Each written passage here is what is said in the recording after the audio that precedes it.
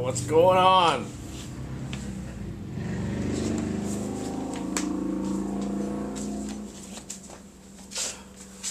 Not feeling real well right now. I ate something and it didn't agree with me. So I've been dealing with that.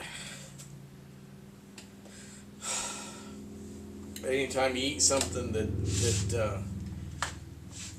it's quote unquote bad or you know whatnot, your body's gonna try to get rid of it.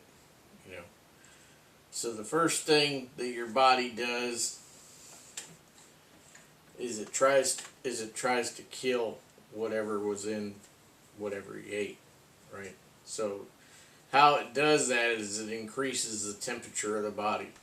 It's kind of weird because I thought about it. I thought, well, that's kind of like what bees do to an invader to the colony. They just swarm around it and heat up,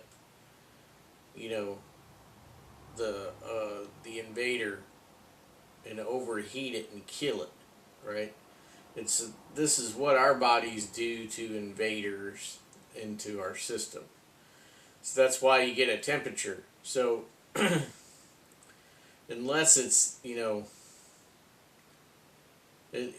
you get sick, don't take anything to get rid of your temperature unless you really need to. I'm not a doctor. Don't take it that way. This is just what I do, okay? I don't take anything. Actually, I don't take any quote-unquote medicines, nothing like that.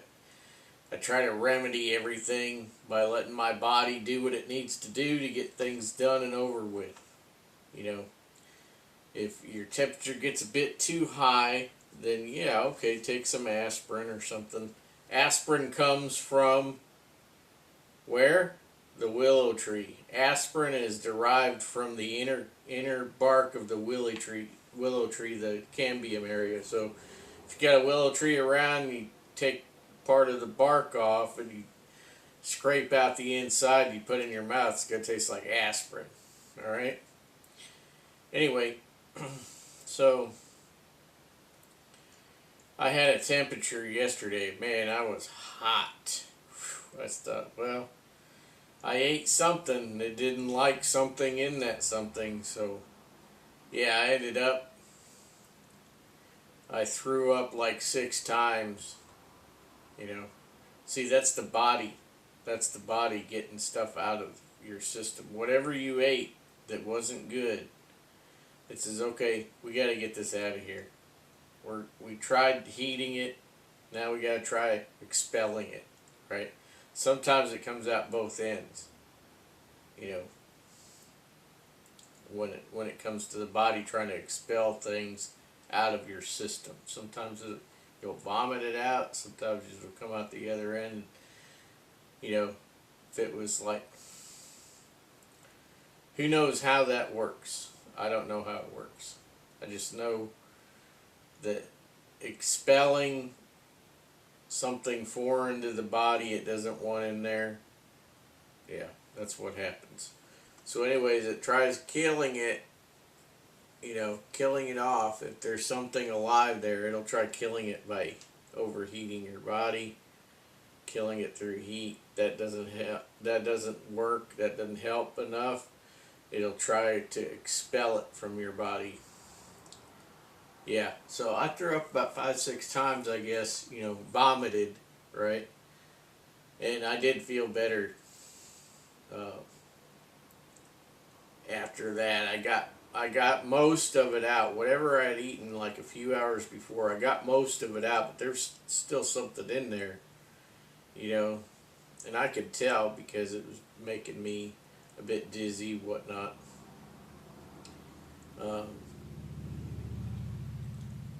Before I threw up, I got so dizzy I wanted to fall over, basically. But this is the thing. A lot of people, they just immediately, oh, I gotta go to the doctor. Oh, I gotta take a drug. Oh, I gotta do this. Oh, I gotta do that. No, man. I mean, most of the time, your body will get rid of whatever it is on its own most of the time. It is what it is. You know, unless you break a bone and then need your bone set, then you need a bone setter. You know, Chinese people know about that. They're people that professionally just deal with bones. You know, they're different than chiropractors. Chiropractors deal with bones too, and believe it or not, chiropractic help people that need it. Like there's been instances where I had so many bones out of place. You know, I've seen several chiropractors over my life because of my you know uh, the stuff that I have done and whatnot, and I've been almost killed about several times, and there's one time where I gave up what I was doing. Well, I didn't give up at that point, but I had made a trip. I went to New York City and I went to Chinatown because I grew up around Asian people, and as a kid, I mean, yeah, just the way it is. So things happen. You do certain things. You're here and there, and, But anyway, at one point in my life, I was growing up mostly around Asian kids, and I learned martial arts. I know several martial arts, but I thought I'm gonna go to Chinatown, and I went there to Chinatown. I met up with a family member, and we went to Chinatown, and we were gonna go down there and have food, and because that's where you get real Asian cuisine, is in places like where Asians eat. That's one telltale sign, is there are a lot of Asians eating there. It's got to be good. So anyway, went to Chinatown to eat, and I also went to Chinatown to get my body fixed because my bones were all out of whack. I had pinched nerves and whatnot, stuff going numb, and that's how you get numbness to go away, is you get your body checked out and you get your bones checked out and back into place and stuff. So I got a real workover in Chinatown from a Chinese medicine bone setter and acupuncture herbologist. Somebody who had been a doctor in China, right? Because over there they treat the whole body with several different ways. They don't just say, well, I'm kind of guessing, but this could be your problem. Take this pill. No, that's not how they work over there. They work over there with, they'll actually get you sorted out. It ain't like here. I don't go to doctors here. Matter of fact, I'll never go to a doctor or a hospital in the United States, especially since the convid job. No, never. I lost total, complete, 100%. Faith. I never had faith in them hardly to begin with, anyway. Regular U.S. doctors, but I have zero now, below zero, less than zero. I will never go to a hospital. I'll always treat myself till I'm dead. Yeah, I will never go there. But anyway, I don't even know where I was going with all this. But anyway, I went to Chinatown. I got worked out 6 ways to Sunday, by that gal. She was standing on my back, little Chinese doctor. I really liked her. She treated me really well. She treated me so well. I ended up, anytime I needed something done on me, I went to Chinatown in New York City and I got sorted out. That's where I got all my physical ailments wiped clean. I don't have any physical problems no more. I used to have a lot of physical problems because of the work that I did and things that I did, and bones always getting knocked out of place and whatnot, and yeah, she took good care of me, and um,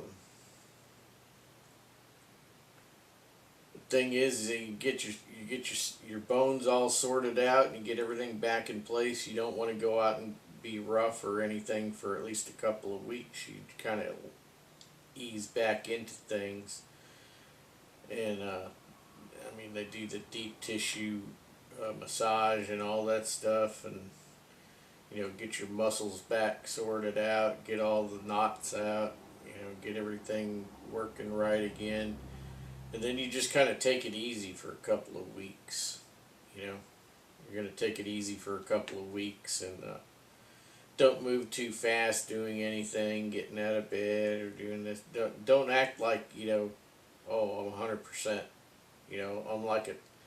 I'm like a 10-year-old kid right now, because that's the way you'll feel. You'll feel like you're a 10-year-old kid because your body is in such, feels so good. Your body feels like it's perfect again, like you could just do anything, so, but don't go with your feelings. You gotta give it a couple of weeks for everything to get back to normal and for your body to strengthen up, because there are reasons for bones going out of place, not just because you were in a hard situation and something got knocked out of whack. I mean, you need to strengthen up the muscles around around where things, because the joints, it doesn't matter what joint it is. If you joint of your, I had like 3 or 4 ribs out of place. The ribs could be out of place right there at the spine area, and you got to try to strengthen up your back and do some certain exercises to strengthen up those areas where those joints are, so it supports them better. Because a lot of times there's a lot of things that we don't do that we probably should, even if we're a very athletic person. There are a lot of things that we don't do that we should, to strengthen up those areas, strengthen up our lower back, our upper back, our lats and whatnot. We strengthen up all those areas without being bulked up, So I guess this video is just about me talking about a few different things. I guess because I got sick from that food, I'm still not 100%. I'm about 90% right now. So I'm not going into the field today. I was planning on going into the field, but I'm still not feeling 100%. I'm feeling about 90%. You know what I mean? So, not going into the field today. I'm going to wash clothes today. That's one thing I'm going to do. I usually wash clothes about every 2 weeks because I have a lot of clothes. I have a lot of underwear on purpose because I don't have time for washing clothes. Ain't nobody got time for that, right? So, no male in existence has time for washing clothes. Sometimes, not with boxers or other certain things that are definitely you need to change every day. But sometimes you be out of clothes. A guy will go and he'll grab a t-shirt or a long sleeve shirt, depending on what time of year it is. He'll check it, give it the sniff test. And, oh yeah, that smells all right. Put that on. Until you got time to wash clothes, right? I got a few emergency pair of underwear that I keep. I get the bind. Man, I really need to wash clothes, but I don't want to wash clothes today. I got so many things to do. So then you go to the emergency stash and you get out a clean pair. And then from then on, the clock is ticking because how depending on how many clean pair of boxers you got is how long you got to do those underwear and other clothes in the wash, right? So all your other regular main underwear and all the rest of your regular clothing and everything, you're on a ticking time bomb as to get that stuff done. That's where I am right now. I gotta wash clothes today. I got one pair left in my stash. So it's time to get everything in the wash, and then create a new stash, and then start all over again. Groundhog month, right? Because I usually keep enough underwear for a month of every day changing.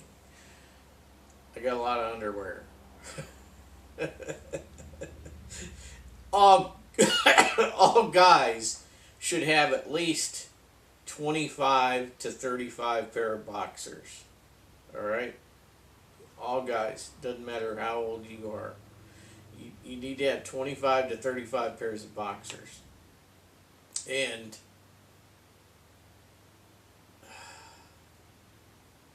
you need to do your own laundry. Okay? You could show this video to your wife or girlfriend. You need to do your own laundry. That way, not everything in life has to be shared. You don't have to share laundry with your wife or girlfriend, because then you gotta sort everything out too. When it's, if you throw everything in the washer together, then you gotta sort it all out. Oh, here, these are yours. Here, this is yours. Here, this is yours. Here, oh, that's mine. Let me have that. No, you don't need to do that. Just do your own. It's not that hard. It's not like Bobby Brady in the Brady Bunch when he said, "Oh, I'm gonna better get this stuff washed before Mom sees it," and he ends up with like putting a box of laundry detergent in there, and he has the whole laundry room full of suds coming out the door, right? Don't need to go like that. It doesn't need to go that way. Learn to do laundry. It's not that hard. And I just use cold water. And you know what? I don't separate colors and whites. I don't. I throw them all in the same thing, and I never have anything that's off color. I don't. Do not throw your tactical clothes in with your regular laundry. Wash that stuff separately. You should go to Home Depot and buy a trash can. Okay, go buy a trash can and just rinse it. You don't even need to use detergent. If you have tactical clothes, just go there and rinse it. Have 2 trash cans. Rinse. Have a dirty designated trash can and a clean. Okay. So anything is you consider dirty, put it in there and agitate it in the water. That'll get all the stinky stuff out. Then all the heavy stinky stuff. Then take it in the other trash can. You're using brand new trash cans, okay? Don't recycle trash cans. Just go buy 2 brand new trash cans to do this. Just nothing but pure water in each trash can. Agitate the crap out of it in one. Shake it out over the grass. Come back. And then agitate it again in the second one. Take it out, shake it out over the grass, put it on the clothesline. Put it on the clothesline, right? If you don't have a clothesline or you don't have a place for a clothesline, put it in the dryer on no heat and let it tumble dry, right? But I never use soap on any tactical clothing. No, because it's got whiteners in it. Make it glow like a light bulb under night vision. Okay? Forgot to set the alarm on this thing. Alright, so we talked a bit about me getting sick from something I ate yesterday. We talked about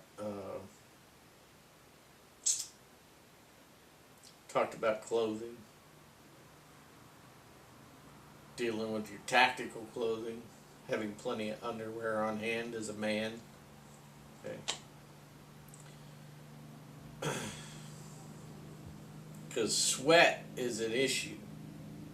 Sweat's an issue. I can remember when I was in the jungle and I was feeling a little bit like, I needed a little refreshing. So I'd get down in the water in a clean running stream, and I would undo my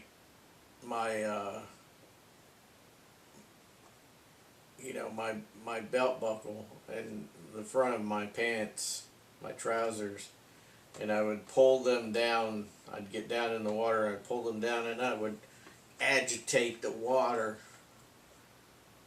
and then pull them back and put them back on, and get out of the water to get all the any bacteria and whatever might have been in there. Just rinse them out, or just rinse them out really good. I could remember so many instances where people would say, well, "What do you do?" I said, "Well, we got one pair of trousers right now for this length of time. Got to get rid of the stink. Because you're gonna stink when you sweat. And the thing is you're not blending in to the woods or the forest or the jungle or anything if you smell like body odor. See, this is the thing. You learn from other people's experience. And when you're listening to me right now, if you don't know something I'm telling you, you're learning from my experience. And I learned from somebody else's experience. And this is how things get passed on. From soldier to soldier and farmer to kid and whatnot. Right? This is how from generation to generation and different things get passed on. And I'm telling you, one thing about smell is it carries. And if it ain't a natural smell, people are going to smell it.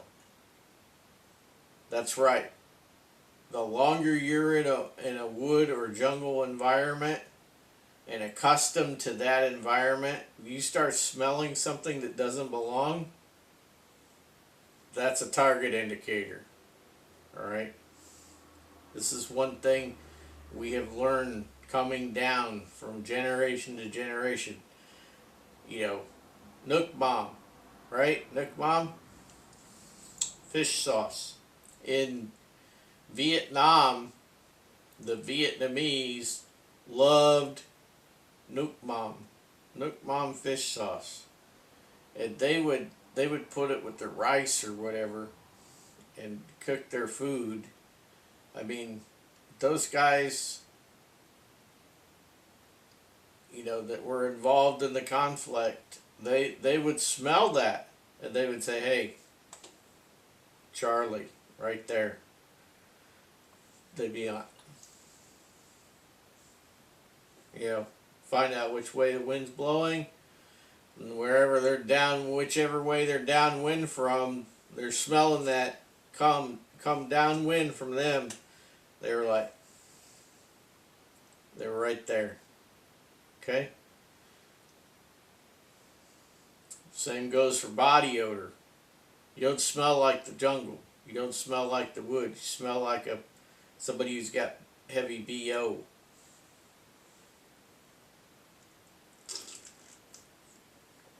And just rinsing your clothing and rinsing your body with fresh water does a world of difference.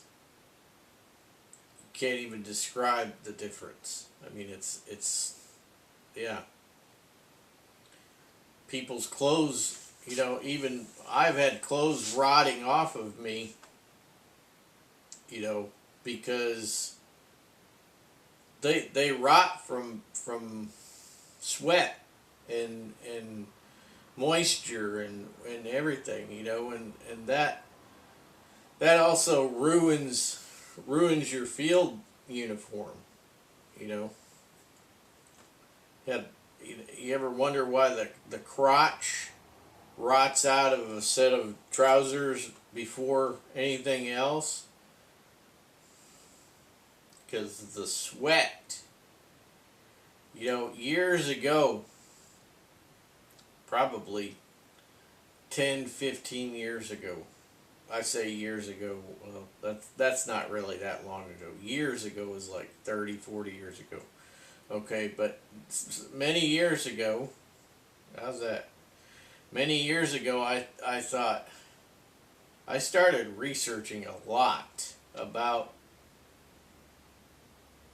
glands on people and body odor and the health risks of deodorants and other stuff, because I became real conscientious of stuff with aluminum in it and everything. It's been a while. It's been a while. 2010, I think. 2010. Yeah, I think it's about 2010. And I thought, man, you know, why are so many people getting sick compared to what they, man, people used to live a long time. You know, they're just eating regular food, and you know, there's so many. The problem is society. We're in a society where you can't smell. You cannot eat anything hardly that doesn't have preservatives in it. I mean, they're preserving the food to it looks good, but it's not good for you because there's preservatives in it. That stuff screws up your body. So I went 100% organic, and I quit using deodorant. That's right, I quit using deodorant. I thought, man, what triggered it was one day I just looked at deodorants and they had aluminum in it, you know, alum. And I was like, this ain't no good for you. So I quit using deodorant. And I'm going to tell you, it took me 6 months. It did. It took me 6 months of showering 2-3 times a day. I would shower 2-3 times a day. And, you know, a lot of people are like, well, how'd you get away with that? Well, you know, you just do. You get into a situation where you got the time to shower 2-3 times a day, you do. You know, no less than one, but more if you can when you're going through the detox. Because that's how long it took me to detox my armpits from all of the trash that was inside of them, making me stink. Because that was my glands. When you smell, it's your glands trying to get rid of toxins. Okay? So you're toxifying yourself using deodorants. Alright? So my underpits, my underarms, where the pits are, you know, here, where I got my armpits here, they were full of toxins. And it took 6 months for that stuff to secrete out. And then after that, guess what? I'm going to give you 3 seconds to think about it. 1, 2, 3. You thought about it? What happened was all the toxins that were built up in my armpits and the glands, right? All those toxins, they were gone. It took 6 months of showers, and I would not even use soap on my armpits. No, I would just rinse them and rub them real good. Just wash them off with fresh water. And I didn't use no soap on my crotch either. Okay? Use soap on my backside, but not on my crotch. Not on my armpits. Not on my hair. Right? I don't even use soap on my hair. I quit doing that a long time ago. Because your hair is like a direct link. You know, the follicles, direct link. I mean, your brain's right there. Why are you going to put all that trash in there? So, you know, just rinsing off only soap for my backside and the rest of my stomach and my back and my legs, things like that. You know, so but I would quickly do that. Quick on, quick off. But I did not have any more body odor after 6 months. It wasn't like, oh, you've reached 6 months. You know, I mean, you're given an approximate there. You know, it could have been 4. That'd be between 4 and 6 months. All that stuff that was in my armpit glands was gone. It was all out. I had sweated it all out.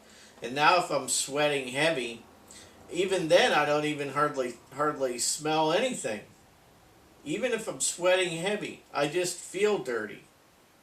Right? So go in, like I'm out working the field or whatever, come back in, take my clothes off, take a shower, put on fresh undies and whatnot, and I feel refreshed. You know, all the stink's gone, or all the stuff that you know, all the stuff is gone. Everything's gone. Everything I sweated out, whatever it is. I sweat and I usually don't even stink nowadays. I mean, I got to be really sweating hard, and I don't even know what I would have to be consuming in order for me to smell. But I just don't smell. I hate to say that because, believe it or not, there's a lot of women that go around saying, I don't ever smell. But yet they, you know,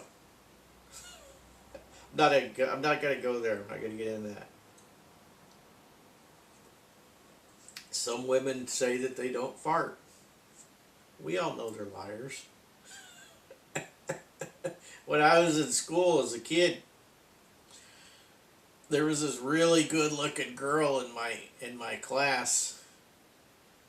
I think it was it might have been an English class where we were learning grammar and all that stuff, you know. And she was really good-looking, but we had a test, and it was real quiet in there. And man, she was sitting in front of me, and she farted, and it was very obvious. Everybody looked at her. She pretended nobody existed. I'm very much into my test right now. Don't bother me. So anyway, yeah. Bunch of baloney. Women not farting. Women fart all the time, man. They fart some bad ones too. Bad. Yeah. I was on a date with a gal one time. Cleared the whole store out, including us. It's bad. And then the lady at the counter, the clerk, she had to stay there. I felt sorry for her. She was looking at us as we were leaving, and I was like, sorry. Bye.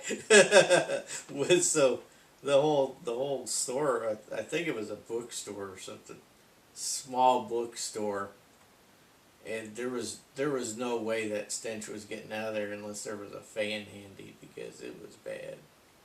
I was like, did you fart? Somebody fart? It was bad. Yeah. I don't fart. Just kidding. Yeah. Sometimes you're gonna fart. Sometimes it's hard to hold it back.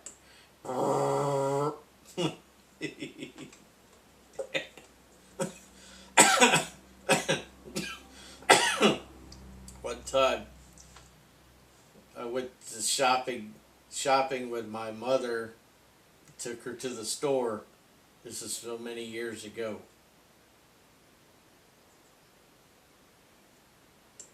I think I took her to the store. Maybe I just went to the. It doesn't matter anymore. It was long ago in a galaxy far, far away.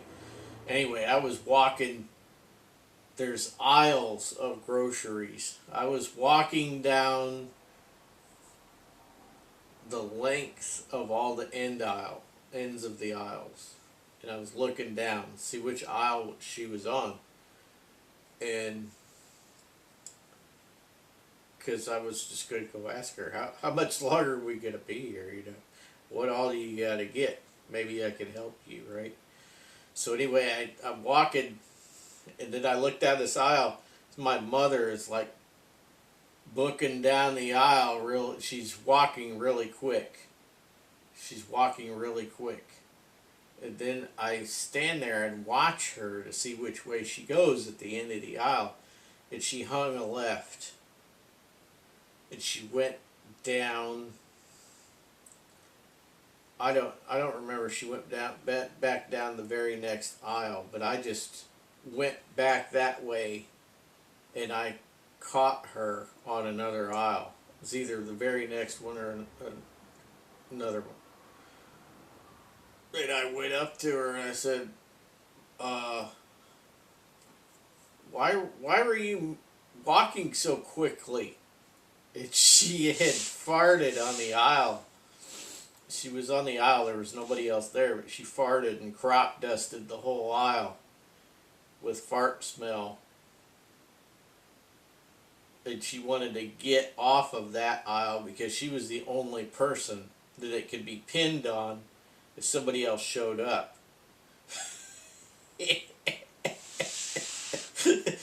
Yeah. So anyway, yeah. See, women do stuff. They don't tell guys. They don't tell guys. They want to pretend they're all proper and prim and proper and everything, but they don't always tell guys, what they're up to. So, especially when it comes to unladylike things, like blowing a big fart.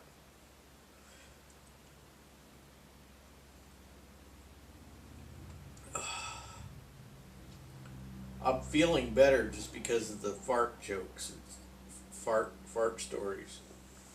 Pretty funny stuff. We don't always talk about farts. Oh, I'll tell you one. It's one of my brothers. I'm one of 7. So one of my brothers, he had 2 kids, and they shared a room. And I mean, there was 2 twin beds in there, air conditioning unit in the window. And he told me, he says he would come up with some stuff. I'll tell you one more story about this brother of mine. He ended up passing away. Well, they're all passed away now, but he ended up passing away. We didn't know what happened to him, and they found his remains. But anyways, that was long after he had been, the kids were all grown up and everything. And he was divorced at that point. But anyway, let's get back to the funny stories, okay? So he used to do all kinds of stuff. He'd been in the army, and he'd been in the army.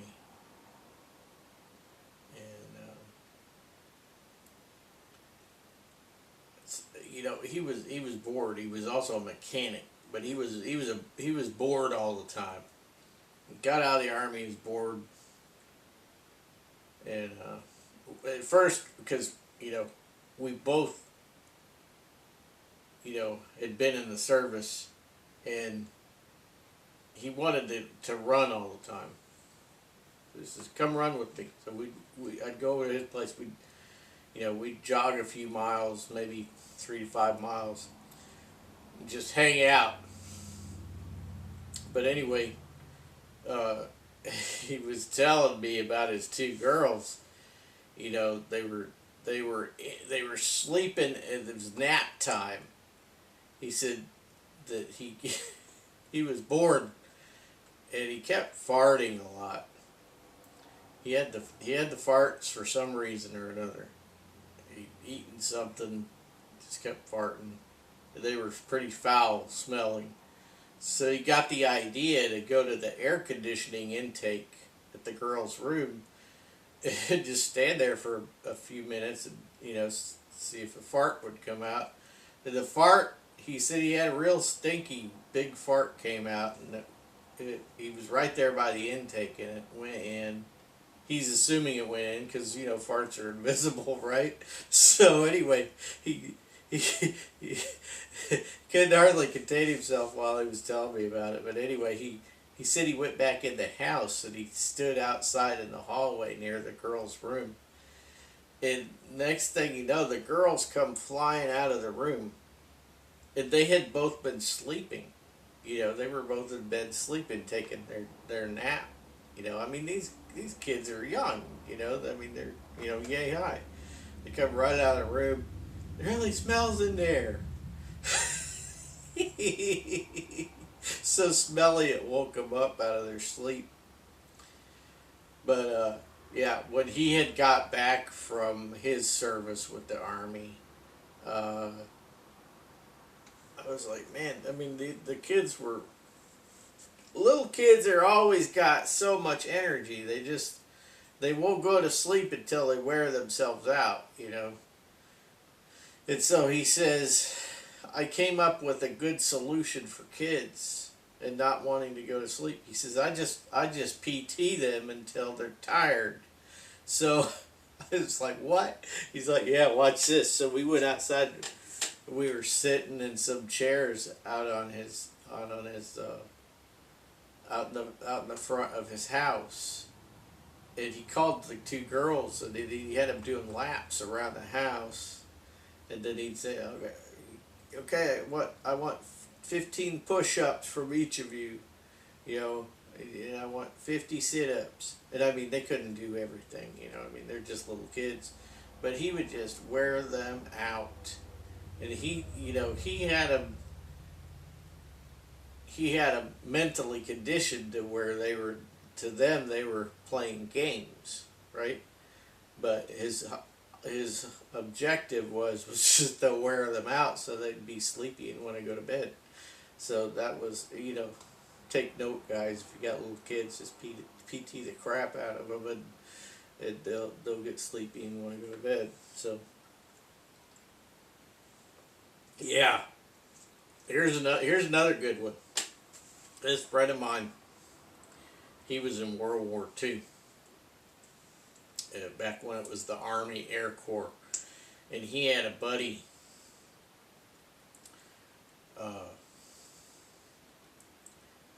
who had 3 boys.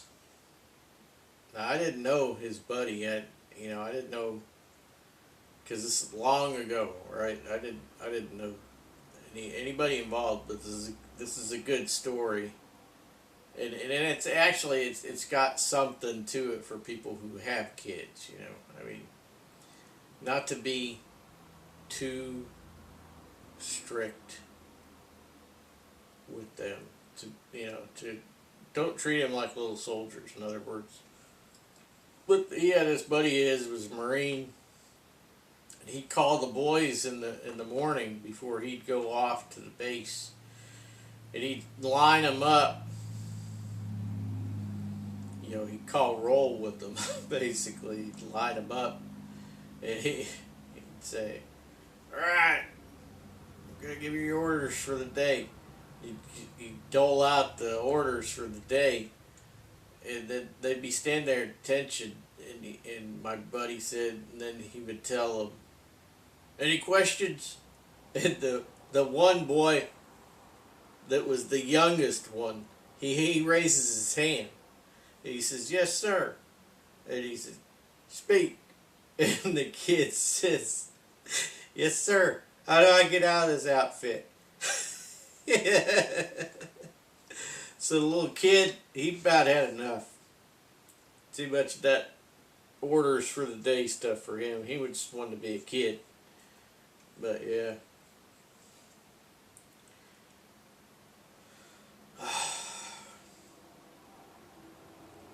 So I got to do my laundry today.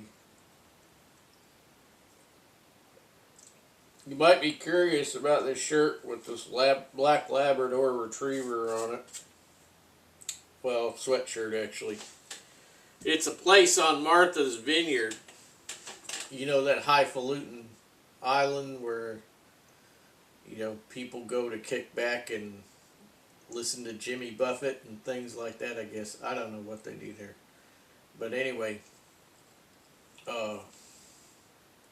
some people actually get in the water there, which I would not do because there's great whites, you know, off that eastern arm of Massachusetts there. There's great whites out there. Yeah, not me. I ain't getting in that water. But some people like to go to Martha's Vineyard too much, I think, because it gets to be a very crowded, you know, I think it's Route 6 goes out. Yeah. Anyway, it gets to be pretty crowded. So a lot of people gotten kind of irritated with that. Some people live there year round. Some people are there part of the year. I've known people that lived there. I've known people that moved there. I would never live there full time. I just wouldn't, because you're on an island. Even if it's a big island, you know, you're still on an island. You're not on the mainland, right? I have no interest in going swimming in shark-infested waters or anything. I don't know if they're infested or not, but, you know, if there's great whites, I'm not interested. You know, the whole thing about great whites is they go where the temperature is within 55 to 75 degrees or something like that. That's where you're going to encounter great whites, because they are temperature sensitive. So if you're interested in, you know, having a place on the water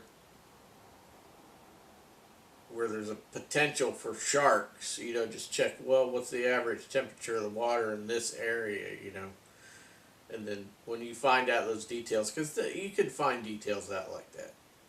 You know, I mean, there's places like in Hawaii, for instance, that part of the year, you know, the water is prime for great white sharks, right? So just keep these things in mind. Monterey, California, you know, that's great white territory. San Francisco, great whites. South Africa, great whites. Australia, great whites.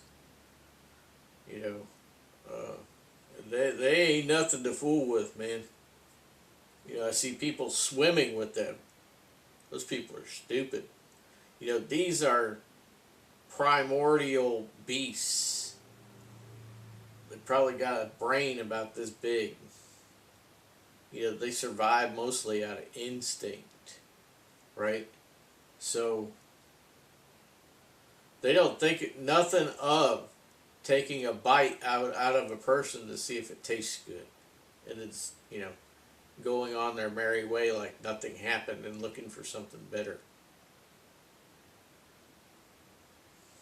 One time I was face to face with a bull shark. I was in the water, and it was very murky. That bull shark. Excuse me, I got great white on mine. That bull shark came right into my faceplate, and I dodged it the best I could. I don't think it knew I was there. I didn't know it was there. It was so murky. It came right into my faceplate, and I dodged it. I went one way, and it went another. And then I was like, time to go. Yeah, time to go.